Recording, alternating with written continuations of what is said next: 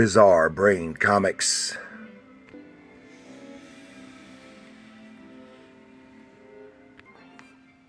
Hello, my comic book friends, and welcome to Bizarre Brain Comics. I am Gary, your host. This is where I like to take a look at some older comics, talk a little bit about the characters and creators, and examine the stories and the art. So this time, I want to have a look at this issue here of Infinity Inc., Infinity Incorporated, number 5 from, what year was that, 1984? Yeah, 1984, from DC Comics. Cool stuff. And this is written by Roy Thomas with plot assist from his wife Dan Thomas, with art by Jerry Ordway and Mike Macklin. And for those who are unaware, the Infinity Incorporated is an American superhero team from DC Comics, and the team is composed of primarily of characters who were the children or mentees of the Justice Society of America heroes. And they made their first appearance in All-Star Squadron number 25 in 1983. Then they got their own title, which ran from 84 to 88 for a total of 53 issues. And they were created by Roy Thomas and Jerry Ordway.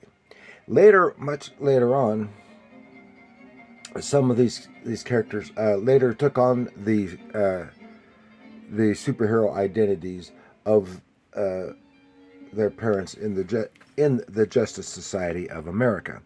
Now, of course, remember, in this time period, this is like this title. It starts in pre-Crisis on Infinite Earths. So, and it takes place on Earth 2, but in the middle there they have Crisis on Infinite Earths.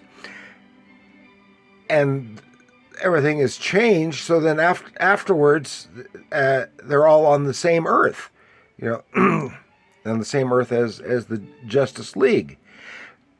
And I've never read too many of these from this title, so I don't know how they manage that, because here they got major characters like Wonder Woman, who then suddenly doesn't exist. And then the Wonder Woman character is reintroduced. And of course, it can work with a Hawkman, because there was a version of Hawkman. This version of Hawkman was the Golden Age version, and he could just carry through, because then there was the Alien version from, I don't know,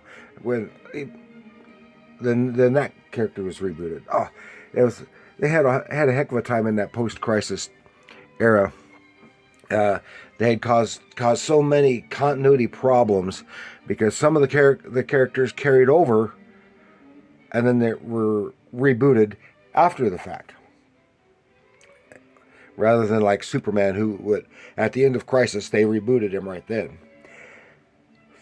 But Wonder Woman and Hawkman got later reboots. It's confusing. But this has got some early Jerry Ordway art. I really like Jerry art. Some nice artwork. And I never became very familiar with Jerry Ordway until he became one of the primary Superman artists in the late 80s or 90s? I can't remember when that was.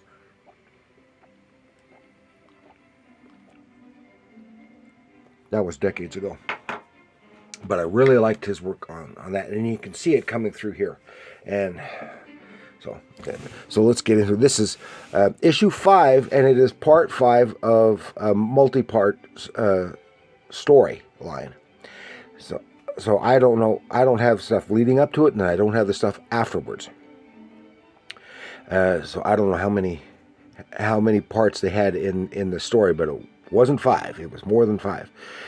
And here's on the cover, and a lot of these characters I can't remember their names, because I don't know. I don't remember who they are. When I read this, and they ultimately mentioned who they were, but I don't remember him. This guy, I don't remember what he's being called, but he is a protege of Black Condor, and is like the silver scarab, and I can't remember who his father is, and he is.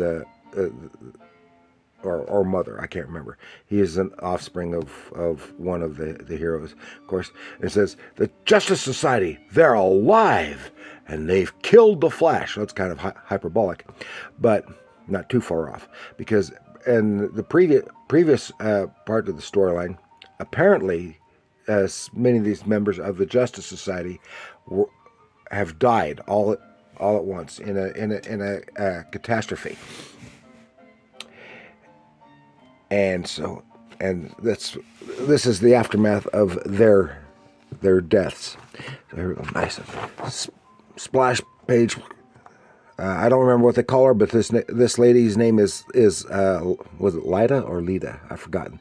She is the daughter of Earth 2's Wonder Woman. So she has a dead man's bluff, and she, after the apparent death of her mother, and she has gone on a rampage of anger out in the woods, and Silver Scarab comes to try to rein her in, and to little avail, until she kind of kicks the crap out of him. And then, which is a distraction, she thinking she has injured him, and it turns out that they are an item.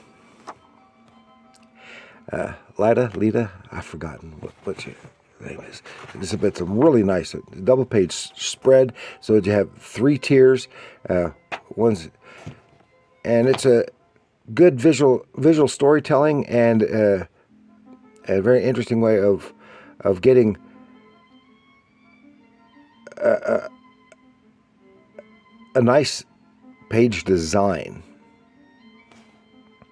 to tell the story, and that's more visually interesting. So she's cooled down, and they're heading back. And of course, they're in the mountains. They're in Colorado. Hey, another one that takes place here in Colorado. In the wintertime in the mountains, and they're walking through. So then they go back to the sheriff's office in Fall Springs, Colorado.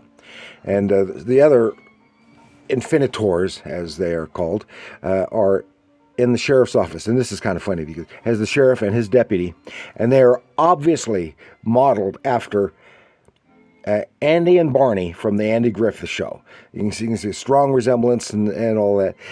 And I like that. It's funny. And of course, they have, at this point, he's called Nuklon.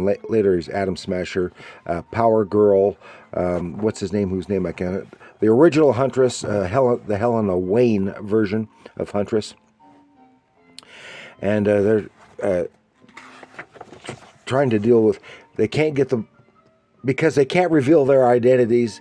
They can't get possession of the bodies of the JSA members, because they can't prove that they're, without revealing their identities.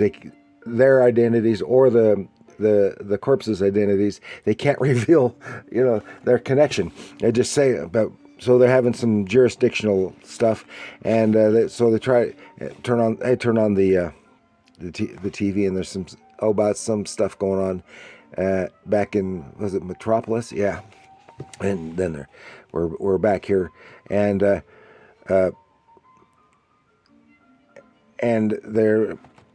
then they wind up talking a little bit about they're going to have to conduct autopsies on these on the corpses, and I said, how are they going to do that? So meanwhile, 2 other members have left, and it is Jade and Obsidian. Of course, Jade is the daughter of Alan Scott, Green Lantern. And I don't remember who Obsidian is. Her brother, I think. And they go to the church and light candles and stuff like that. Meet the priest, priest or minister. I don't know. Well, it looks more like a Catholic church, so it said priest. And then they got the paparazzi getting in their faces when they're trying to leave the city hall. Then we get, this is the mayor. He's making calls to dealing with jurisdictional issues. And the amazing thing, he looks just like Jonathan Winters, the comedian. I love Jonathan Winters. And they're meeting with the mayor and says, no, they just can't get, but the guy gets on the phone and they are talking with Hawkwoman, Share Hall, and Dr. McNider, who is Dr. Midnight. And they are on their way here, and Flash is already, the Jay Garrick Flash, he's already made his debut here, shown up. And then, they're talking about, turns out that they were, the corpses of the JSAers were found in a river. They were apparently drowned in a river near this town, in a particular stretch of this river. And then Flash says, this is unusual because this location, because of this location. There's a story about this location, this stream, this location has in folktale about many drownings, going back to the American Indians who lived in the area, where they had apparently drowned and then come back, almost like completely different people. If they were good, they come back bad, etc. And they had a previous adventure, the JSAers, ages ago, in that location, involving an apparent murder of someone, a drowning of someone there, and he come back and wound up being dealing with some supervillain stuff. He gives us some backstory of some of the characters and at this time, and how the villain of the piece was crushed by a rock, but the person he killed had come back, and so Flash, Jay Garrick, took a sample of the water and found, so all pseudoscience, so it doesn't matter. Found something unusual with the water. Figured that because whatever that was is the reason why the person came back. Superman basically got rid of that little stretch of this creek, basically burned it so stuff wouldn't happen again. Well, here it is, decades later, and that has happened to the JSAs. They don't know how that happened, how that got there, but then they find out, well, they're about to start the autopsy. What? Autopsy? Then they're probably not dead. So Flash rushes over to the coroner's office, or is rushing there, and here they are. Of course, the one that they're going to pick to do the autopsy on first is Wonder Woman. Has removed her costume, so she is laying there on the autopsy table, buck naked, as one would expect, and with some convenient shadows. Nothing is shown, but just as they're about to start, the coroner's assistant says, "Hey, there's something going on. There's some movement over there on the other bodies. They're getting up." Horrified, and Wonder Woman, she rises up and grabs these guys, throws them around just as Flash gets there, and rushes because if they come back, it's Pet Cemetery, and rushes, gets the coroner and his assistant out of there while those JSAers redon their respective costumes. So this is where they are, and those who have died are Wonder Woman, the original Hawkman, Green Lantern, the Atom, and Robin, the adult Robin. He's been an adult for decades at this point, and basically taken over this position, the spot of Batman. So here they are. They came back Pet Cemetery bad, and they're just kicked the crap out of the Flash. Then when the Infinitors get there and see they are alive, and then they proceed to get the snot stomped out of them by the old people. Meanwhile, a guide is taking well, he used to be Star Spangled Kid. Now he's the Sky Man, and I don't know who the other character is with him. By guides up in the mountains to the location where the bodies were found. So in the process, but to go, oh, then there's a kablooey along the trail, dynamite. Oh my gosh, what's going on? And they save the guys and because it mentions in the dialogue that there are also some strange Bigfoot sightings right along in here. Even saw some had footprints, and then what's this? Is it really a Bigfoot sighting? 'Cause these arms come smashing through a wall of snow, and oh my gosh, it was in the mouth of a cave, and it's not Sasquatch, not a Bigfoot. They're being confronted. Oh yeah, that's Airwave or whatever his name is. Yeah, it is the Ultra Humanite, and this is very early, from what I understand, in the period with the Ultra Humanite in the white gorilla body. Because if you remember, Ultra Humanite was the villain, a recurring villain for Superman. He was basically Lex Luthor before Lex Luthor, but then he got into swapping bodies. His brain going from body to body until ultimately he's in this gorilla body, ape body. And so he likes having all that, the strength and stuff, as well as having the super intelligence and stuff. And this leads to, says, it's the Ultra Humanite at your service. Your funeral service, that is. Next confrontation. Dun, dun, dun! And I like, and ever since then, this has been the image of the Ultra Humanite, even in the TV shows. When they had him, but that's cool. And unfortunately, that's all I've got. But I really enjoyed that little romp. I never really read it. I may have read a couple of issues at the time,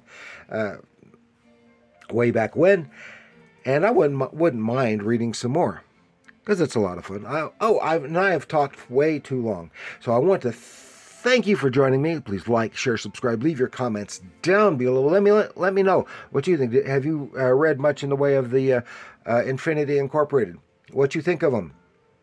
And let me know, how did they resolve the Crisis on Infinite Earths deal for them? I don't know. Let me know what you think. And remember, comics are art.